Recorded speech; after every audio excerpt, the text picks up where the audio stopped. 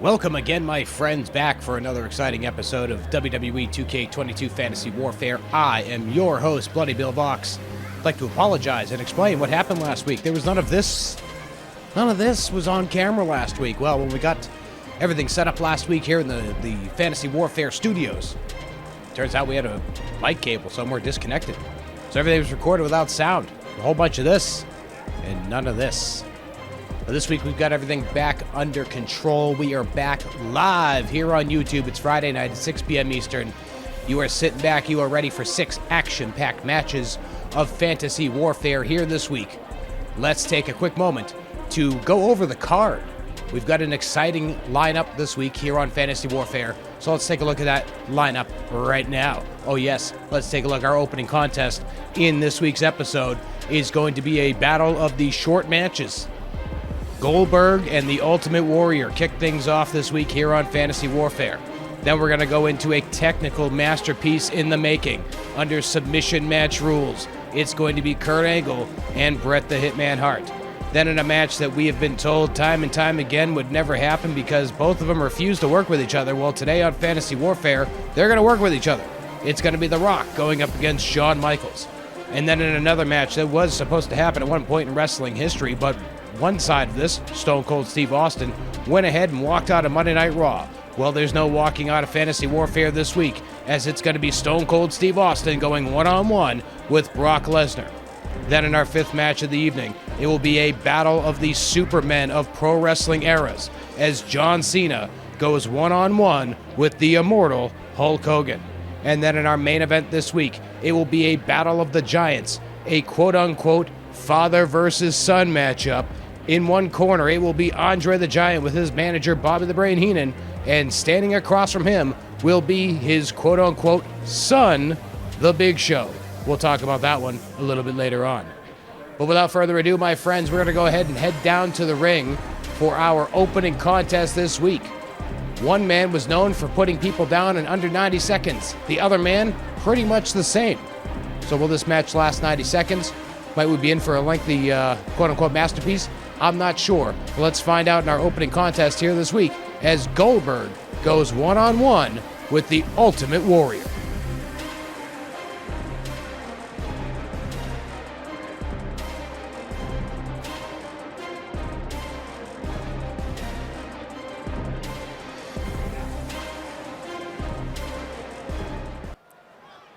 Welcome down to ringside here for Fantasy Warfare. What a contest we have in store.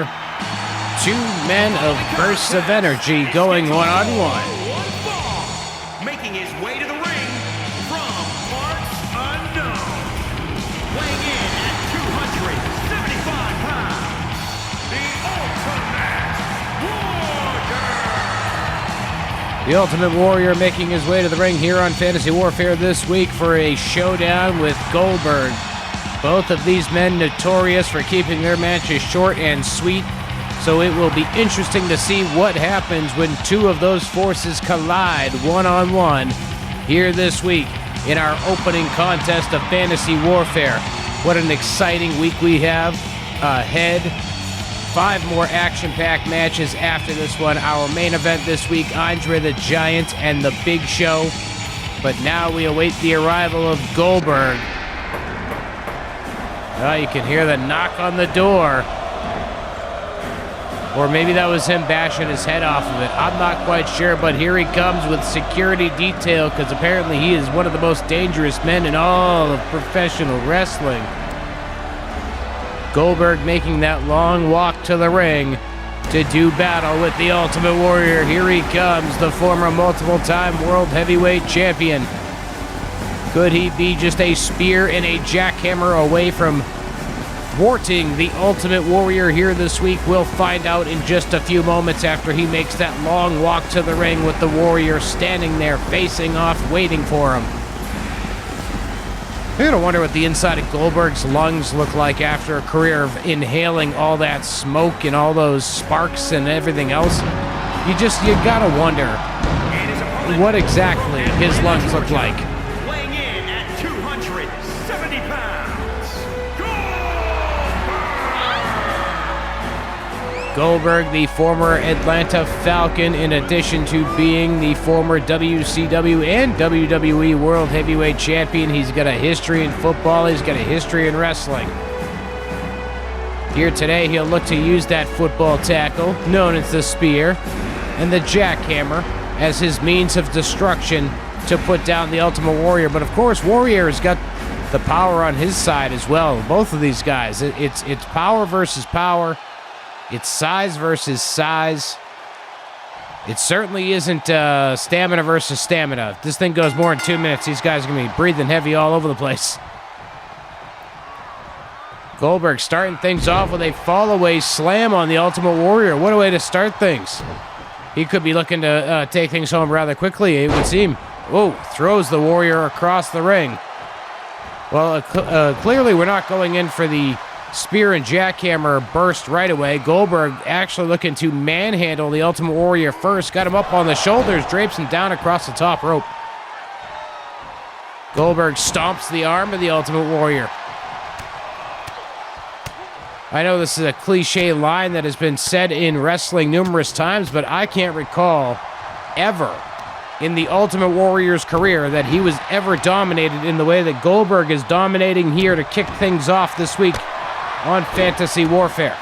Warrior counters his way out of it, now trying to get into the driver's seat, but Goldberg just kicked him right upside his head. Warrior drops down, driving the head. Oh, nice knee smash into the nose and the forehead of Goldberg, and now doing the exact same thing Goldberg did previously, stomping that arm before dropping the elbow across the chest. Warrior tries a stomp, but Goldberg got right back up to his feet and took Warrior's head off. Goldberg getting a little bit technical here. Wrapping up the Warrior's arm and then putting a rear chin lock on him. Warrior able to counter out, kick to the face of Goldberg before stomping multiple times and catching him with a power slam. Warrior now seeking a submission victory over Goldberg, driving that knee into the spine, but Goldberg able to counter out rather quickly. Goldberg, oh, nice chop block by the Warrior, taking the leg out of Goldberg. In the NFL, that would have been a penalty. Here in the WWE 2K22 Fantasy Warfare ring,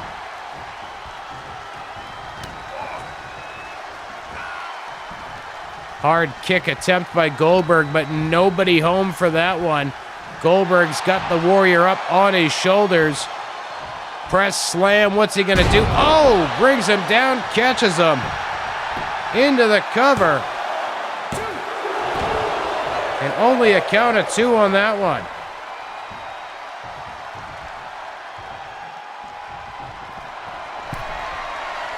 Goldberg up on the top rope, very uncharacteristic place for him to be. Down with a double axe handle, but the Warrior counters it with a shot to the breadbasket. Although looking at the abs of Goldberg, I suspect there's not much bread in that basket. Man does not have his carbs. Unlike me, I love my carbs. Pizza for life, baby. Warrior picks Goldberg up and throws him across the ring like he was some sort of throw pillow on his living room couch that he wanted out of his way so he could sit down and watch TV. But as I'm saying that long-winded line, Goldberg goes for the jackhammer, but he gets countered. German suplex. Wish that frickin' referee would have gotten the hell out of the way. Warrior splash onto Goldberg. Into the cover. We get 1, 2. Oh, we only get 2. As the Ultimate Warrior not able to put Goldberg away, who gets that shoulder up. I mean, you kind of almost have to blame the cover.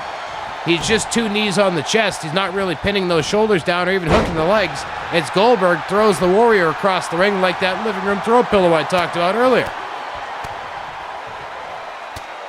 Goldberg raining down fists of fury on the Ultimate Warrior. This match has already gone much longer than I certainly would have expected it to. Both of these guys notorious for 60 to 90 second matches. This one has definitely gone beyond the 60 to 90 second threshold here today. Oh, nice slam by the Warrior. Warriors got Goldberg up, trying for the press slam, but no. Goldberg able to counter down and out. Warrior now up on the shoulders of Goldberg, and he just gets dropped down like a sack of potatoes. And now Goldberg, he's in position for the spear. Can he hit it? Yes, he does. Spear on the Ultimate Warrior by Goldberg. Usually right after this, we see the jackhammer.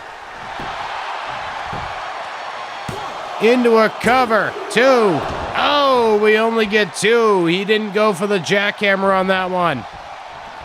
I'm not sure why he didn't go for the jackhammer right after the spear, but now it looks like he's going to go for that jackhammer. Could it be enough to put the Warrior away? Down he goes, jackhammer. Referee in position for the count. We've got 2. Oh, wow. Referee nearly came down for the count of 3, but the Ultimate Warrior got his shoulder up, now fighting back to a standing vertical base.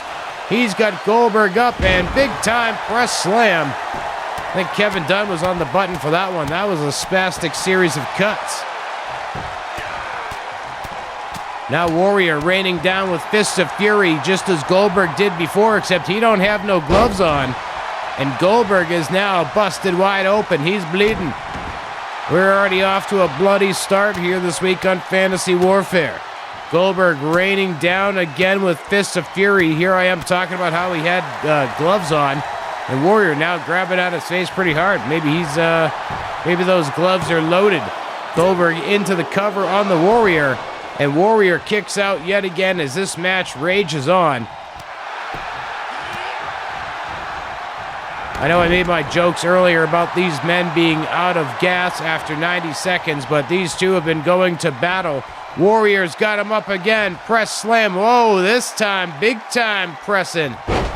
Dropping Goldberg down face first. Into the cover. Referee there. Great position by the ref. And Goldberg able to kick out yet again.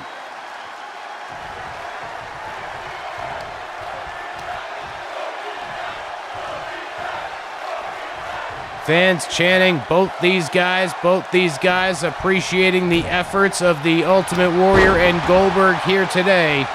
Goldberg hit a gnarly clothesline there, just takes the Warrior down. Now a show of power by Goldberg. Big time power slam takes the Warrior down. Goldberg tried to pick up the Warrior, but to no avail. Goldberg has the Warrior up. Oh, down across the top rope, drapes him out like some dirty laundry. Warrior once again able to kick out at the count of 2. Goldberg with a, I was going to tell you about that kick to the spine, but that knee to the temple was a much more devastating shot. Warrior, nice hook to the jaw of Goldberg, now choking from behind. Could that be a little sign of desperation from the Ultimate Warrior, resorting to choking Goldberg down and out? Into a cover. Referee counts 2, and that's all he counts, as Goldberg able to kick out. Looks like the Warrior is driving his fists into the side of the skull of Goldberg. Warrior splash, although that was a weird one. That was weird looking. Goldberg once again kicks out. I really feel like the Ultimate Warrior should consider the idea of, I don't know, maybe actually hooking a leg after that Warrior splash. Warrior stomps away at Goldberg. Oh, nice. Driving the head into the jaw of the Ultimate Warrior. Goldberg now, he's got Warrior up. Jackhammer? Yes, it is. Jackhammer on the Ultimate Warrior out of nowhere. Goldberg into the cover. And the Warrior kicks out of the jackhammer once again. What the hell is it going to take to put the Ultimate Warrior away, or for that matter, Goldberg? Both of these men have repeatedly kicked out of each other's finishing maneuvers. It's not enough to put each other away. Goldberg is just going to town, punching the hell out of the Warrior's face. Belly-to-belly suplex. stomping the arm of the Ultimate Warrior. And now, once again, mounting the Warrior, coming down with those hard shots to the skull. The Warrior could very well be concussed after those. Warrior sweeps the leg out on Goldberg. Goldberg catches him. Dragon screw. Goldberg brings Warrior back up to a standing base. He's got him up on the shoulder. Could it be a power slam? Ooh, it's a snake eyes instead. Goldberg into the cover. Warrior, will he kick out?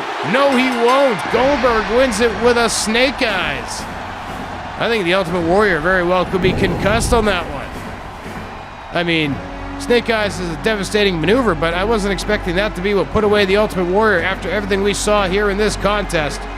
But what an opening matchup it was. The action is going to continue coming up next, as it will be a submission match between Bret the Hitman Hart and Kurt Angle. Fantasy Warfare continues coming up next. Here is your winner, Goldberg!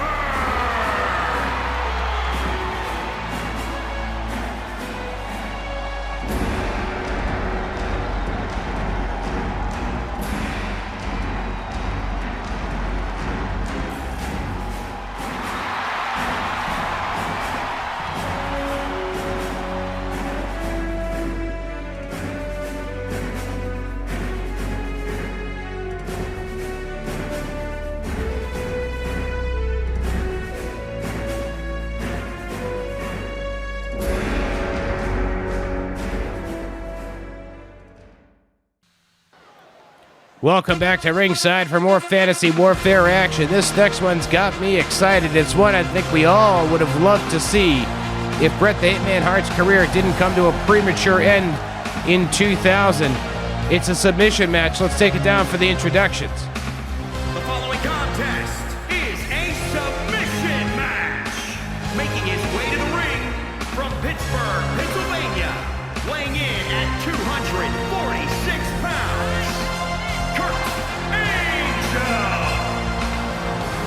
Kurt Angel. As I always say, our community creators do a wonderful job at trying to get it as close as possible, but it's not always possible. But Kurt Angel will definitely do on that one.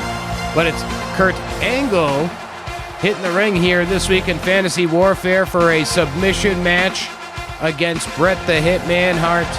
Last week, Kurt Angle was involved in a wild ladder match with Kenny Omega for the IWGP World Heavyweight Championship, coming up just a little short. So he'll look to rebound here this week against the best there is, the best there was, the best there ever will be, Bret the Hitman Hart. And here he comes, the tunes, the great tunes of Bret the Hitman Hart. Representing the Hart Foundation from Calgary, Alberta, Canada, weighing in at 235 pounds, one half of the World Tag Team Champions, Bret the Hitman Hart!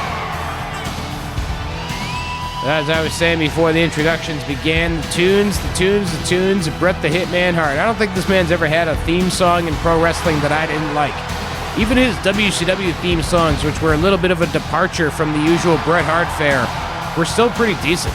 I actually preferred his first one over his second one, even though the second one was readily available thanks to the Hitman Hart Wrestling with Shadows soundtrack that came out as a CD in the 90s. That's right, I own that stuff, and I bought it just because the Bret Hart theme was on it. But theme song love aside for Bret the Hitman Hart, this match ought to be an exciting one. It's submission rules, two of the very best technical wrestlers in the history of professional wrestling battling it out. It's the ankle lock against the sharpshooter. Bret Hart, one half of the World Tag Team Champions, as it was announced during his entrance, with Jim the Anvil Neidhart in the Hart Foundation. Of course, this is a singles match, not a tag team match, so Bret's tag team title is not on the line. Although, what a concept that would be, huh? If we decided that whatever tag team champions were in action, if they lost that singles match, they lose their tag team titles. So in theory, let's say Kurt Angle defeated Bret Hart here today. The new tag team champions would be Kurt Angle and Jim the Anvil Neidhart. That'd be kind of interesting. I don't think I will do it. but it would be interesting. Anyway,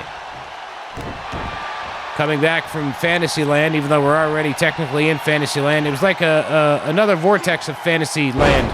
Anyway, nice throw by Kurt Angle as he just lifted Bret the Hitman Hart up like he was nothing, threw him across the ring, and now mounted, raining down with those fists there just a moment ago. Not quite sure what punching the hell out of a guy's face is going to do in a submission match, but I suppose if he just kept punching the guy's face, he might tap out. He might scream, "I quit." I suppose it could be a sound theory. But this looks like it might yield a little bit better of a result as Kurt Angle's got an armbar on Bret the Hitman Hart, but Bret is now rolling through and back up. Oh, nice shot to the jaw, Kurt Angle. Kurt might have done the damage he needed to do, though.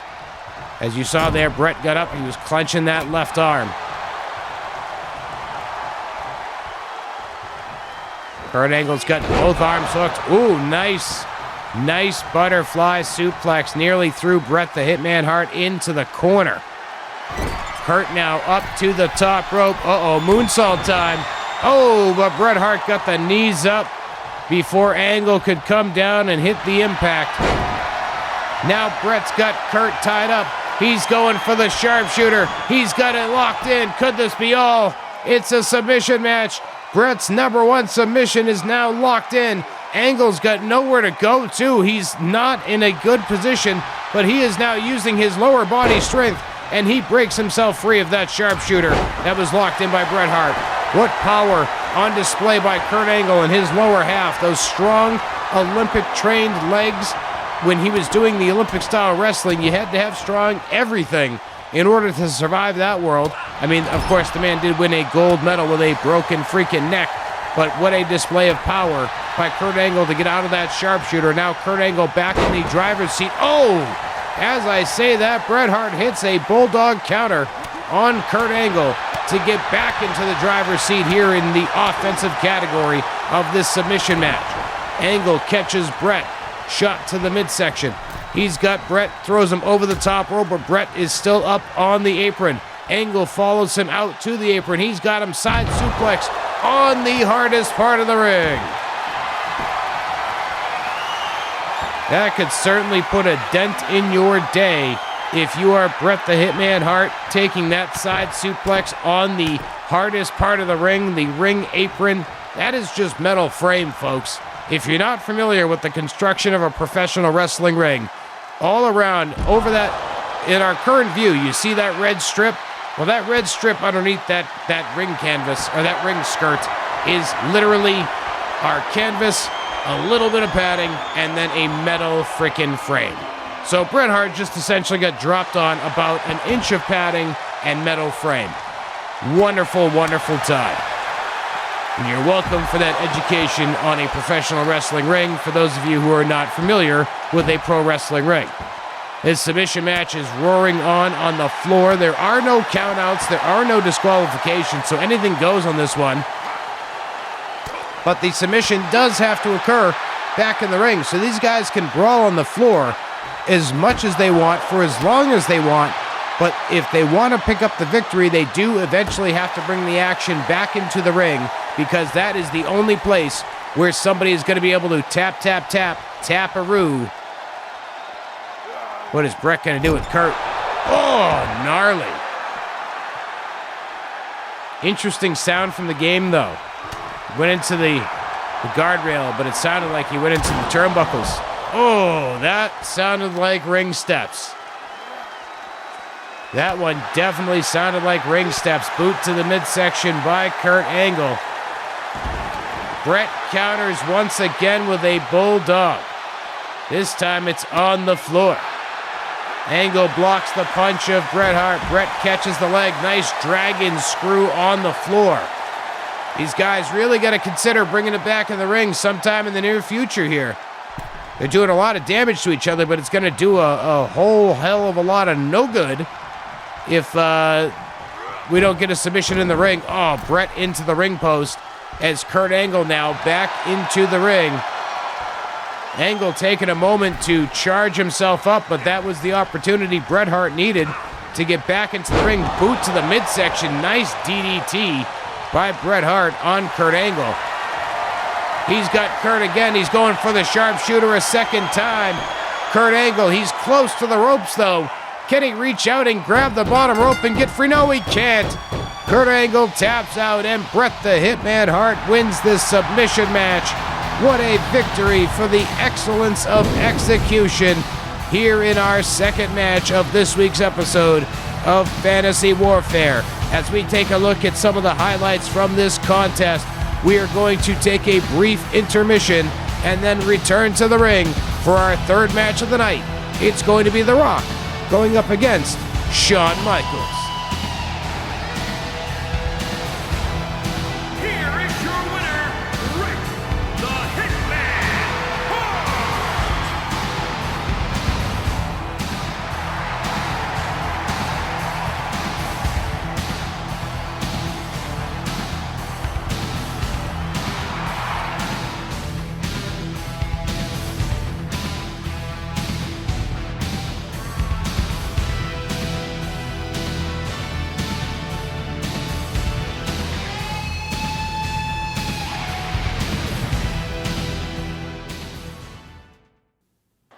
Welcome back to ringside for some more Fantasy Warfare action.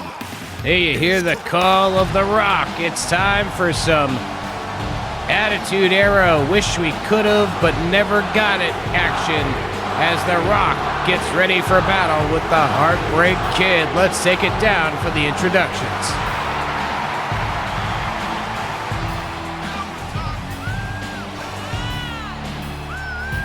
The following contest is scheduled for one fall. It is for the World Championship. Making his way to the ring from Miami, Florida, weighing in at 265 pounds, The Rock!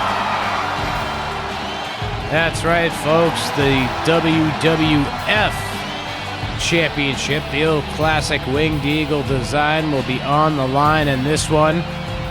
The Rock and Shawn Michaels was a match that everybody kind of wondered why we never got it, ever. Obviously, when The Rock was starting to gain his stardom, Shawn Michaels was on his way out of WWE. But Shawn Michaels would make a return in 2002. And there seemed to be opportunities at many points over the years for these two to finally lock horns.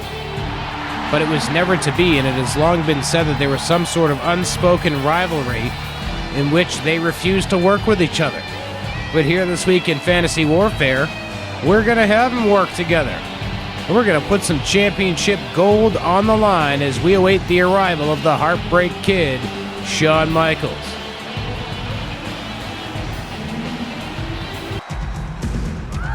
And there you hear it. It's got to be one of the longest running theme songs in professional wrestling history, maybe just beyond that of Real American by Hulk Hogan. As Hulk Hogan has been using that theme song since the 80s. Shawn Michaels started wearing this in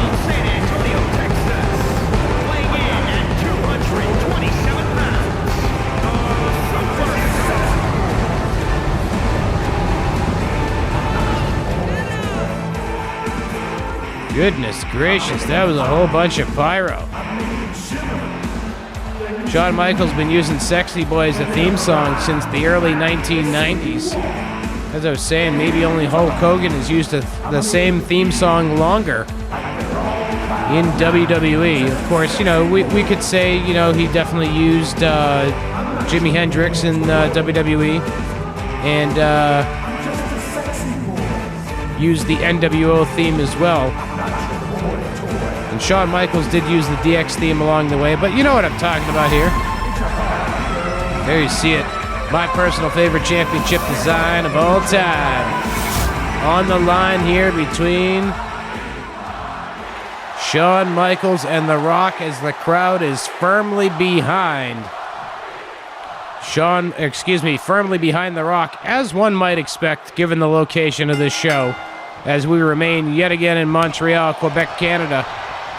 We liked it so much we decided to stick around for quite a while. Maybe at some point we'll leave Montreal, but quite honestly, I think our crew is having just a little too much fun on St. Catherine. All the different establishments, bars, adult clubs. Something about the elevation up here. Doesn't take too many brewskis to get you going, get your night getting a little fuzzy. That's what I'm talking about, babies. Anyway, back into the action. Let's stop talking about the nightlife here in Montreal. As fun as it is, we call the action here between Shawn Michaels and The Rock as Shawn Michaels is up on the top rope, and oh my goodness, what a flying fist drop. An homage to the days of the Rockers with that flying fist drop down across the forehead of the People's Champion. And now Shawn Michaels has got a modified camel clutch on The Rock. I was going to say, I wouldn't expect that to do too much to put The Rock away here. It's surely going to take some sweet chin music or a crooked referee and a sharpshooter. Haha, I've got Montreal jokes for days. Actually, I only have Montreal jokes for that one. It's the only Montreal joke I have in my arsenal. It's not like I have a bunch of Montreal jokes. I thought of it on the fly right here on commentary as Shawn Michaels missed. Oh, nice vertical suplex by the People's Champion. The Rock never actually put his hands on the winged eagle design of the WWE Championship. His championship victory came in November of 1998. By that time, WWE had moved on to the Big Eagle. Oh, speaking of big, we get a big splash by the Heartbreak Kid down across the midsection of The Rock as Shawn Michaels heads back up to the top rope. This time he tries for the big elbow, but The Rock moves out of the way and then just clubs the top of the skull of the Heartbreak Kid. Irish whip sends Michaels into the corner, follows up with a nice clothesline, Rock down into a cover. Referee in great position there, wasting no time, but Shawn Michaels was able to kick out, and The Rock now taking out his frustrations on the Heartbreak Kid, and now he is getting ready for the People's Elbow. Somebody gonna put that elbow pad on eBay, guaranteed. Here comes The Rock, and down with the People's Elbow into the cover. This has got to be all for Shawn Michaels, and it's not. Shawn Michaels kicking out right before the referee was able to come down for the count of 3. Rock was grabbing a single leg. Michaels kicked him away, and he comes flying back with that flying forearm into the cover on The Rock.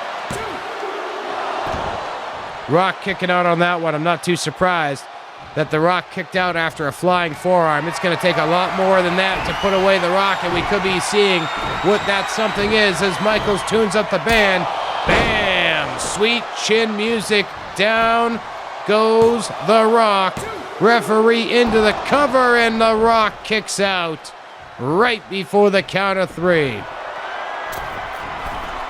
We've seen each man kick out of the other's finishing hold. What's it gonna take in this one? We've seen a lot of that here today. We saw it in our opening contest with Goldberg and the Ultimate Warrior repeatedly getting out of each other's finishing holds. The second match didn't really have a ton of that, but here we are, we're seeing it again. The People's Elbow was not enough to put away Shawn Michaels, and sweet chin music, one round of it anyway, was not enough to put away The Rock. Michaels driving the bottom of his boot into the jawline of The Rock. And Michaels once again tuning up the band. He's going for round 2 of sweet chin music. Oh, right on the butt of the jaw. Michaels into the cover.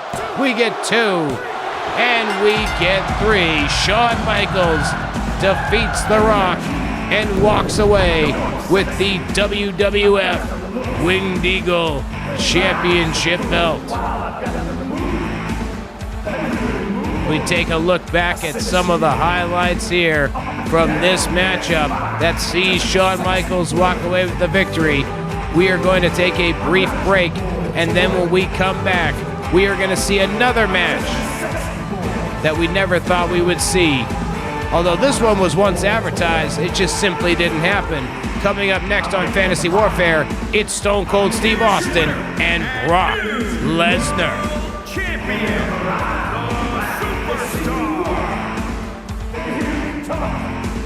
I make them feel like they're on cloud 9. I'm just a sexy boy. I'm not your boy toy.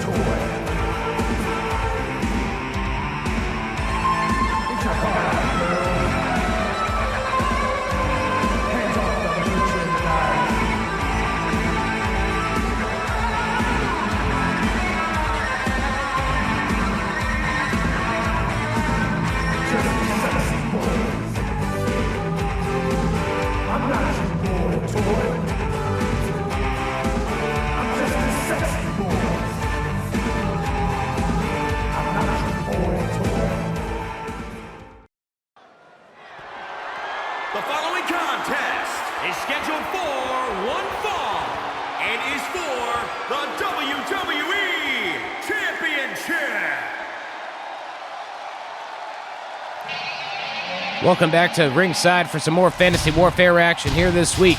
Here's a matchup that we thought we were going to see back in 2002 as a King of the Ring qualifying contest, but the man whose entrance we await coming up second wanted no part of it. Back in June of 2002, or excuse me, not June of 2002, it might have been May, either way. On the road to King of the Ring 2002, we randomly heard that on an episode of Monday Night Raw, it was going to be Stone Cold Steve Austin up against Brock Lesnar in a King of the Ring qualifying match. Except that match never took place because Stone Cold Steve Austin, who was already frustrated with the WWE creative side, said, no way. A match with Brock Lesnar is definitely money. We're not going to give it away on an episode of Monday Night Raw with no build. I'm not coming in to do the job for Brock without any sort of build. After some back and forth between Austin, Jim Ross, and Vince McMahon, Stone Cold Steve Austin would disappear from the company for close to a year, making his return just before No Way Out 2003, technically making his return off camera at an episode of Monday Night Raw before making his official return at No Way Out 2003, ironically right here in Montreal, Quebec, Canada. But it has remained in the minds of folks for years what would happen, or what would have happened, had Stone Cold Steve Austin and Brock Lesnar ever had that match. Of course, we know the story of how Austin was slated to put over Brock Lesnar on that episode of Monday Night Raw, but we never had a chance to see those two go back at it. Even once Austin returned to WWE the following year, his run in the ring was very short-lived.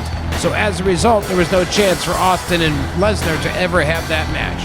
But here this week, we get to have that match, and it's for the WWE's Big Eagle Championship belt. We just saw the Winged Eagle in our last contest. Now we see the Big Eagle on the line, as Austin will defend the championship in line with our policy for champions. Once you win it, every match you are in is a championship match. So Austin will look to hang on to the championship here today as he defends the title against the Beast Incarnate, Brock Lesnar. Austin soaking in the adulation from the crowd as we get ready to head down to the ring for the championship introductions of Brock Lesnar and Steve Austin.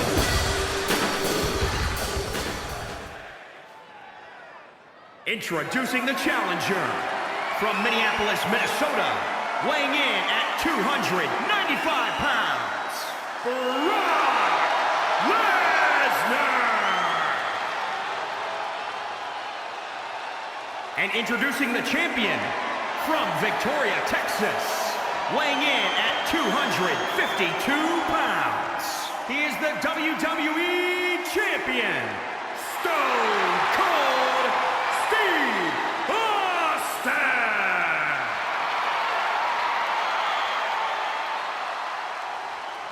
The ring introductions are out of the way. The time for talk in the ring is through. The referee has now taken possession of the championship, showing it to Brock Lesnar.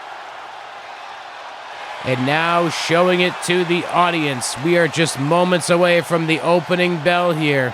Austin and Lesnar, a match that we could have seen in 2002, but instead we are seeing it here in 2022. As part of WWE 2K22 Fantasy Warfare, we're officially underway with Austin landing a side headlock and a punch to the forehead of Lesnar, starting things off with an aggressive manner, and then flying off with an elbow drop. Steve Austin, not typically one who goes to the top rope, but in this case, with somebody like Brock Lesnar standing across from him, you gotta do anything you can do to avoid being taken on an endless trip to Suplex City. Austin bouncing Lesnar's head off the canvas. That'll get you in concussion protocol, that's for sure. Austin hammering away with hard shots to the jawline of Lesnar. Lesnar answers back with one of his own. He's got Austin hooked. Oh, nice butterfly suplex by Brock Lesnar on Stone Cold Steve Austin. Lesnar with a boot to the midsection. He's got Austin Fisherman. Oh, nice Fisherman Buster into a Fisherman suplex. More of a Fisherman suplex Buster. There we go. We get it together sometimes. Lesnar, Irish whip, sends Austin into the corner. Nice back elbow counter by the Rattlesnake. Gut wrench suplex takes the Beast over, and he's got him down on his back. Now Austin coming in with Fists of Fury. And I believe he just broke open the brow of Brock Lesnar. But that could be dangerous because Brock Lesnar, well, he's kind of like a shark when he smells blood. And he will soon be smelling his own blood, so I can only imagine what sort of shark we could be. Oh, wow. What sort of shark we could be on the verge of dealing with once Lesnar realizes he's bleeding his own blood. Lesnar kicks out the count of 2. Wonder if Lesnar will take the stance of White Goodman from the movie Dodgeball. Tell Austin, nobody makes me bleed my own blood. I don't know if Austin was going for the stunner on that one. Oh, not quite the usual trip to Suplex City, but a trip to Suplex City indeed. Well enough. But Lesnar is once again on his back. Austin coming in with shots to the forehead. Driving the forehead and the knuckles. Oh, Lesnar moves out of the way of that one. Oh, nice headlock throw by the Beast. Austin's got Lesnar on the shoulders. Lesnar countered with a DDT. Lesnar now lifting Austin back up to a standing base. I don't know what. Uh-oh. Good reason to do it. He's got him up. F5 time. Yes, it is. F5. But Austin was under the bottom rope. I can't believe it. I think that would have been all. Uh-oh. Oh, no. Right after the F5s, we take our trip to Suplex City. That's 2 stops. Final destination. Lesnar now dragging Austin back out to the center of the ring, into the cover. Referee there. This could be all. And it was not all.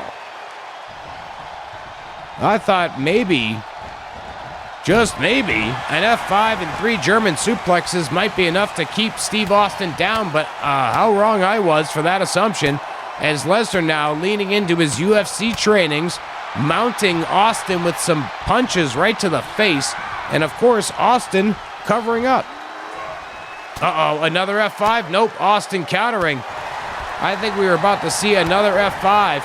Boot to the midsection. Nice DDT by Steve Austin right into the cover. Elbow drop by Austin. Right to the midsection of Lesnar. Picks him back up to his feet. Bringing him over to the corner. Oh! Driving him head first into the top turnbuckle. Now knees to the midsection. Lesnar has had noted problems with his stomach over the years.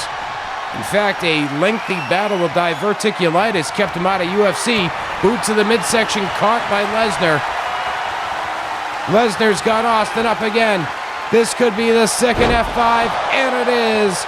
Will this be enough to put Austin away? Referee into the cover, 2. And Austin kicks out of the count of 2. That's 2 F5s that he's escaped. The first one, luck of the draw with a rope break. This time, Austin kicking out on his own. And now hammering away with hard shots to the jaw. Gut buster. Austin with those hard right crosses to the jaw of Brock Lesnar. Now stomping a mud hole in Lesnar and walking it dry. Lesnar counters Austin. Oh my. I thought he was going to go for a powerbomb there, but he just threw Austin crazy. Fisherman suplex buster again, this time avoiding the pinfall, and he is stalking Steve Austin. He's going for a third F5. He's got him up. Will it be? Yes, it is. A third F5. Referee into the cover. And Austin kicks out once again. Austin may have been saved on that first one, but he's kicked out of 2 F5, so I'm not sure that he would have been down for the 3 after that first one. Now, we speculated that maybe Austin might have been put away if not for that rope break, but he is successfully kicked out of 2 F5s at this point, and Austin gets countered by Lesnar with a big-time judo throw. Now Lesnar with uppercuts to the gut of Austin, and then driving that big knee right into the gut. Austin now with elbows to the gut of Lesnar. These guys are beating on each other's guts. Oh, big time Stone Cold Stunner out of nowhere. Stunner out of left field by Stone Cold Steve Austin. He's got Lesnar into the cover. Referee in great position, and Lesnar kicks out. Austin picking Lesnar back up. He can't believe it. Lesnar countering Austin. Elbows to the midsection. Lesnar boot to the midsection. Fisherman's Buster again. And another Fisherman Suplex Buster by Lesnar. And another one by Lesnar. Austin's neck cannot be in good shape after all of this abuse.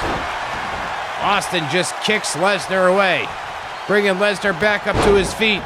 Lou Thesz press. He got him with the Lou Thesz press. Into the cover. Referee there. Referee counting. And we get a 3. All right, Stone Cold Stunners wouldn't put Lesnar down, but the Lou Thesz press does it for you.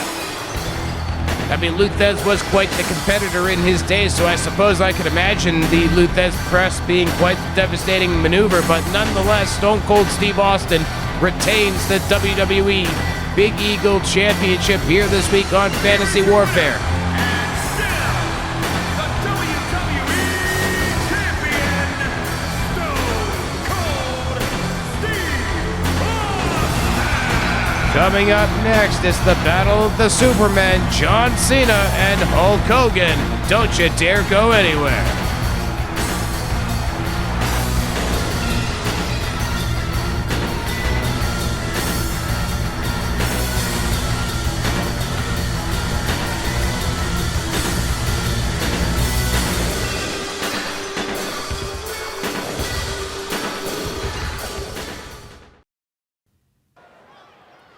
Welcome back, my friends. Semi-main event time here on Fantasy Warfare. It's a battle of the Supermen from their eras.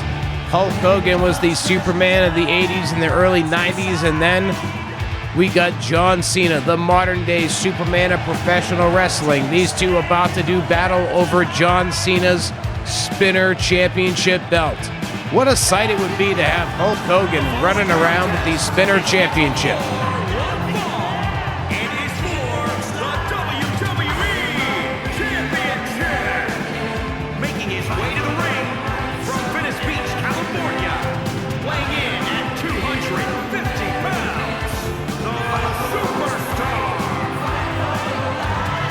Well, quite the shame that you can't reuse the call names in here because Hulk Hogan has, two different call names here in WWE 2K22. But as I was saying, what a sight it would be to have Hulk Hogan running around with John Cena's Spinner Championship belt that was created for John Cena's first WWE Championship reign after he defeated JBL at WrestleMania 21.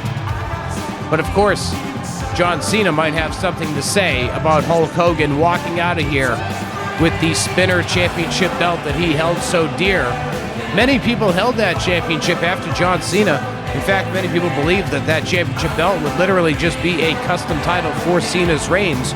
But in fact, when people would win it, some would customize it themselves, see the Rated R Superstar Edge, and then other people would just carry John Cena's belt as a symbol of defeating John Cena. Eventually, they took the spin away from the title and made the WWE symbol in the center stationary instead of it being able to spin, and the championship belt would actually remain in place until The Rock defeated CM Punk for the WWE Championship at the 2013 Royal Rumble, in which The Rock was heading to WrestleMania for a twice-in-a-lifetime matchup with John Cena, whose music has officially started ringing through the arena here in Montreal.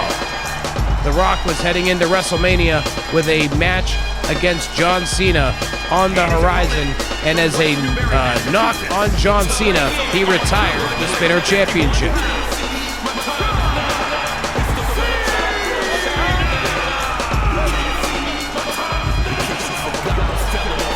And of course, at that year's WrestleMania, John Cena would win the revised WWE Championship that The Rock would debut immediately after defeating CM Punk for the Spinner Championship. The Rock immediately changed the design, and that design still lives on to this day in 2022. There's been modifications to the design over the years, and of course we see the modified designs on the shoulder and around the waist of Roman Reigns when he appears on current WWE programming on Monday Night Raw and Friday Night SmackDown. John Cena officially here in the ring. Hulk Hogan in the ring as well. This one is for, there you see it, the Spinner Championship. Crowd giving John Cena a "Let's Go Cena" chant. That's gonna feel different for him to not have it balanced out with a John Cena sucks chant right behind it. Usually you get a little bit of both in these crowds. John Cena, quite popular here in Montreal, but so is Hulk Hogan. Hulk Hogan saw a career resurgence in 2002 after WrestleMania 18 in Toronto, where the Canadian crowds first started cheering for him yet again. But it was the next night in Montreal where people really set the wheels in motion for Hulkamania to have what would really be argued the final run of Hulkamania in the spotlight in 2002, as Hulk Hogan would go on to take the Undisputed Championship from Triple H before losing it just a month later to The Undertaker. But history lessons aside, let's get into calling the action here.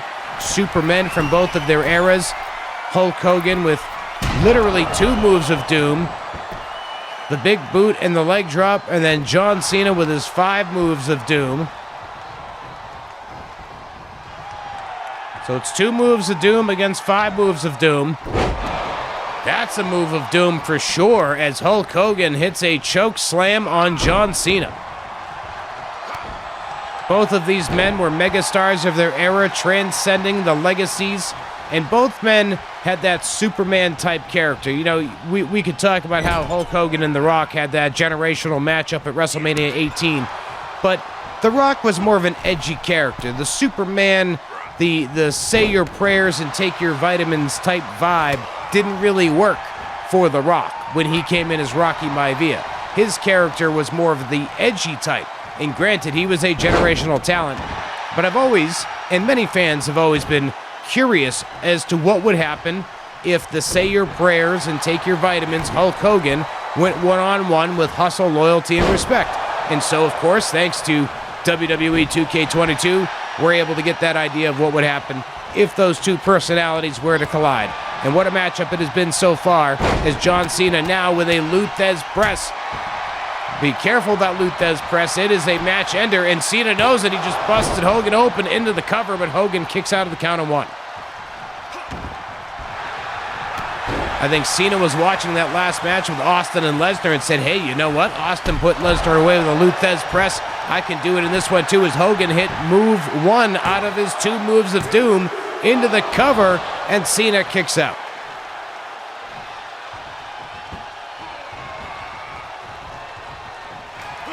Cena brought back up to the standing base. Oh, nice scoop slam by Hogan. Hogan off the ropes. Here he goes. Big time leg drop. The second move of doom into the cover. Referee out of position on that one. Delayed getting there. And I think that might have cost Hogan the 3 count on that exchange. Oof. I'd say that knee to Cena's head tells all you need to know about whether or not Hogan was frustrated with the referee on that one. Knee to the midsection by Hogan. Cena now with a collar and elbow. Hogan, oh, nice Michinoku driver by John Cena, driving Hulk Hogan on the top of his head. Cena now going for the 5-knuckle shuffle off the ropes and down Hogan with that 5-knuckle shuffle. I started my and a little too early. Had to stretch it out on that one. Cena dragging Hogan out for a cover. Referee there. Better positioning this time, but Hogan is able to kick out at the count of 2. Our main event is still to come. Coming up next, it's Andre the Giant and the Big Show for the Worldwide Wrestling Federation Heavyweight Championship. It's been an exciting week of action so far. This match has certainly not disappointed. I wouldn't say any match this week is let down in terms of the action from bell to bell as John Cena nails a flying crossbody. I love when you see these guys pull out tools that you wouldn't necessarily see them use, like John Cena with a flying crossbody. I'm not sure what he was going to go for there on the top rope, maybe the flying famouser. Hogan's on the shoulders, draped down across the top rope. That rope right into the Adam's apple, the throat of Hogan, the thorax. Right in the thorax, kid. Hard right crosses to the jaw of Hulk Hogan. Cena, nice back elbow. Two of them to Hogan's temple as Cena stomps down on the elbow, looking to hyperextend it, knock it out of the socket, whatever he's got to do to bring Hulk Hogan down an arm. Hogan may use the leg drop, but if you give a man enough pain in the arm, he's going to be too focused to do all. Oh my goodness, what is Cena going for here? FU out of the corner, attitude adjustment out of the corner. Yes, it is. Attitude adjustment out of the corner. Cena into the cover. We get a count of 2. And we do not get a count of 3 as Hogan is able to kick out of the super attitude adjustment. Cena tries for the flying fist drop, but Hogan moves out of the way. Hogan with a hard shot to the top of the skull of John Cena. Cena is reeling after missing that fist drop, but he's got Hogan. Nice fisherman's suplex. Release style, no pinfall there by Cena. I might have gone for the pinfall on that one if I were John Cena. Hogan now, he's got Cena up and big time choke slam. Drops John Cena down. Hogan now running off the ropes. He comes in, big time Hogan leg drop. Hogan now dragging Cena around. I don't know why he wouldn't just go for the cover right where Cena laid. He finally goes for the cover. Referee's got 2, and Cena once again is able to kick out, narrowly escaping that 3 count. Hogan with the big boot on John Cena. Hogan now off the ropes and big time leg drop once again. Immediately into the cover. Referee is there. We get 2 and we get 3. Well, it's no longer just an idea. Hulk Hogan, anytime he appears on Fantasy Warfare going forward, red and yellow Hulk Hogan, mind you, he'll be walking around with that spinner WWE Championship belt, and he will have to defend that spinner championship belt in any of his future matchups here in Fantasy Warfare. What a battle of these Supermen from their eras as we take a look back at some of the highlights from this battle of the Supermen.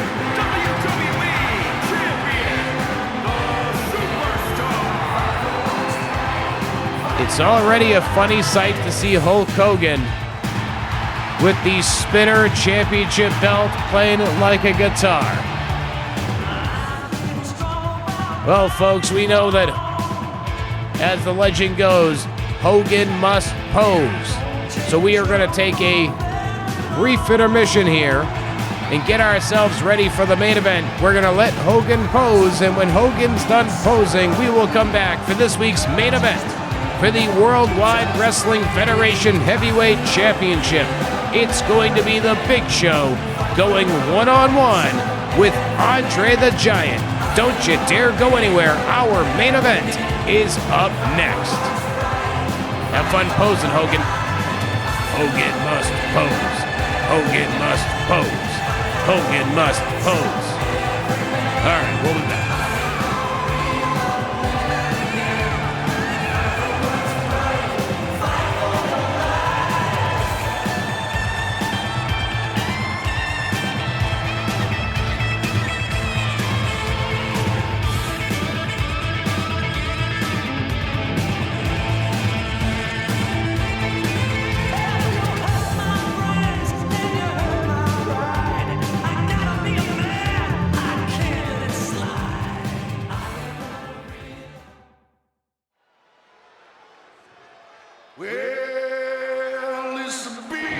welcome back. It's time for the main event of the evening. Here comes the first of our two gigantic participants.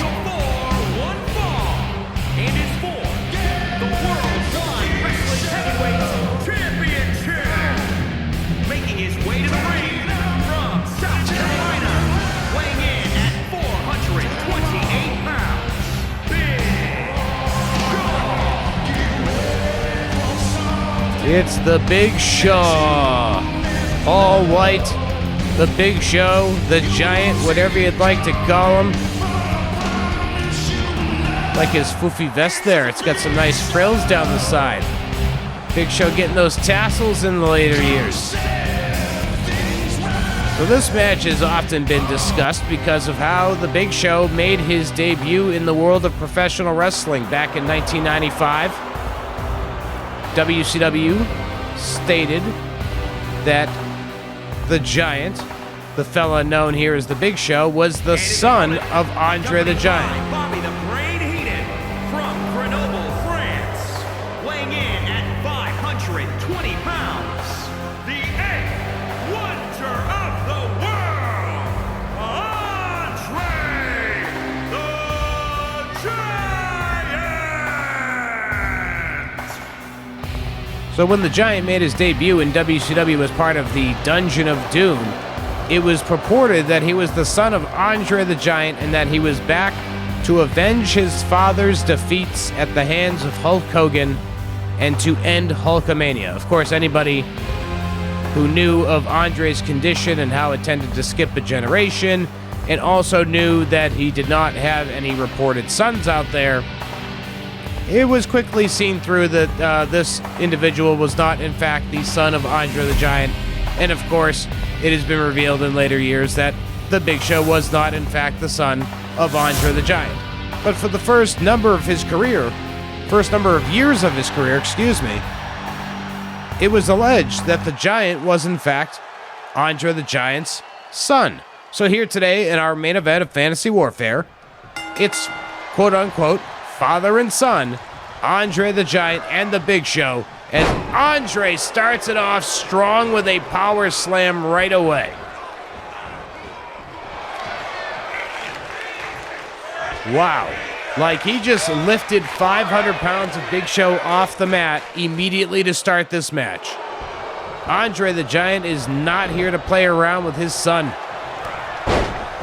All right, I'll try to keep the father and son jokes to a minimum and call this one seriously. We are joined at ringside by Bobby the Brain Heenan in the corner of Andre the Giant, who once again picks up 500 pounds and slams it down like it's absolutely nothing. Andre the Giant is straight up dominating the Big Show here to start this contest.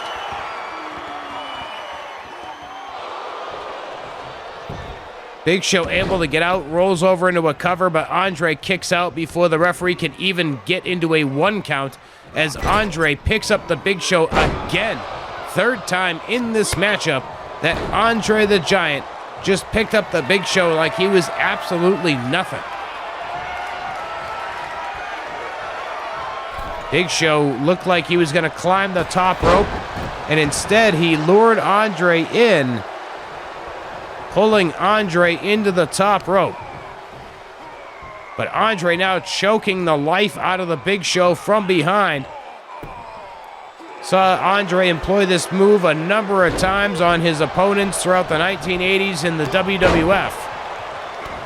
And he looked to use it to take down the Big Show here today, but it was not. Oh, nice headbutt to the midsection by the Big Show. As I was about to say, the choke from Andre the Giant was not enough to keep the Big Show down. Clearly, he dropped that big headbutt right into the midsection of Andre the Giant. Big Show now climbing up to the top rope. Down with a... I don't even know. I don't even know what happened there.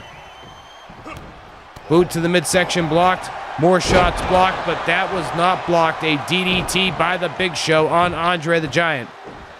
You gotta wonder if Bobby the Brain Heenan is going to play any sort of role in this contest. He has just been standing idly by at ringside. Andre has been in quite a bit of control, but the Big Show now starting to really get on a roll here. And of course, as I say it, the offensive tide turns once again to Andre the Giant being in control as he's got the Big Show up against the ropes, and now he's choking him over the top rope and then using the ropes to slingshot the Big Show backwards. Oh, nice. Runs him over, does the Big Show. Beautiful. I've never quite known what the hell that move is called. Balls to the back of the head? I mean, like literally, what are we doing there? We're squeezing the head in between the thighs. Okay, I understand that head pressure, but what exactly is driving my testicles into the back of their head going to do? I've never quite understood that move, but either way, it seemed to not really have a ton of effect because Andre is back up on his feet already as I went through my rant and he was able to get back up to his feet, and now he is once again choking the life out of the Big Show. And the Big Show is down, and Andre drops a big elbow drop, kick to the side of the head by the Big Show.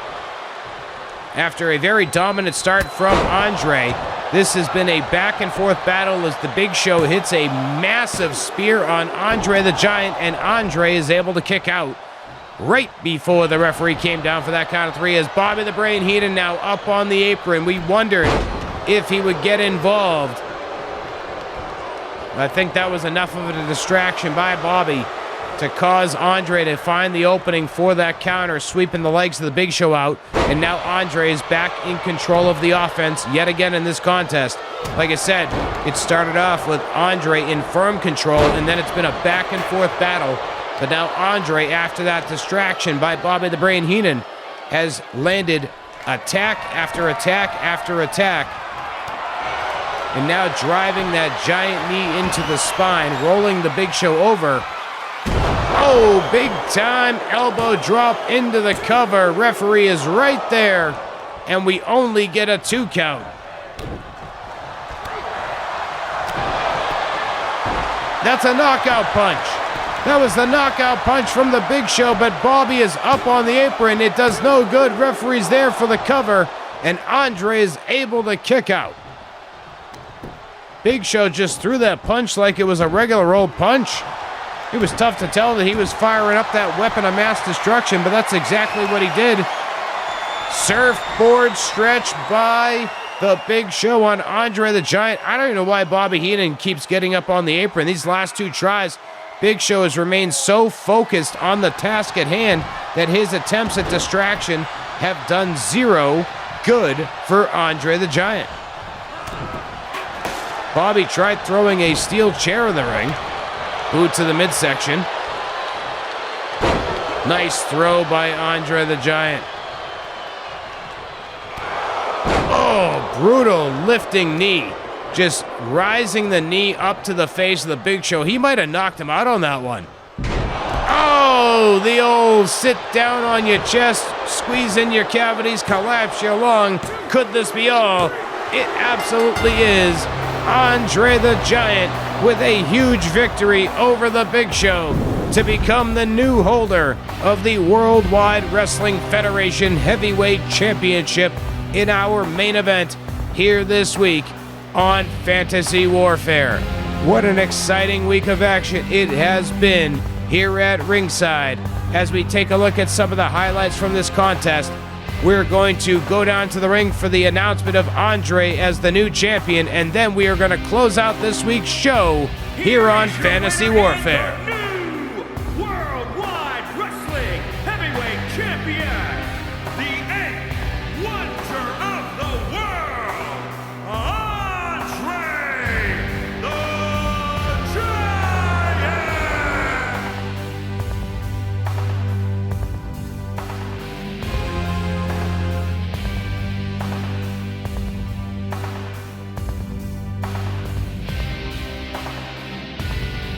What an exciting main event we just saw here this week on Fantasy Warfare. In the end, it is Andre the Giant defeating the Big Show to walk away with the Worldwide Wrestling Federation Heavyweight Championship. Father versus son, quote unquote. In the end, Big Show couldn't put his dad down for the 3 count, so to speak. But what an exciting week it has been here on Fantasy Warfare. Weird jokes aside, let's go ahead and talk about next week in the main event here on Fantasy Warfare. It's going to be a battle of the click. We all know about the curtain call inside of the classic blue steel cage at Madison Square Garden back in 1996. Well, next week on Fantasy Warfare, we're going to put those two guys, or those four guys, excuse me, those two teams, those four inside of the classic steel cage, the classic big blue steel cage. That's right, Daddy. On one side, it will be the tandem that was departing for WCW. It will be Diesel and Razor Ramon. And on the other side, it'll be the two that was sticking around, Shawn Michaels and Hunter Hearst Helmsley. I'd like to thank you for joining me for yet another episode of Fantasy Warfare. It has been my pleasure, and I have been your host, Bloody Bill Vox. Be sure to find me across all of social media at Bloody Bill Vox, and be sure to come back next Friday night for yet another episode of Fantasy Warfare as it goes live right here on youtube.com/@BloodyBillVox, 6 p.m. Eastern. I'll see you at ringside.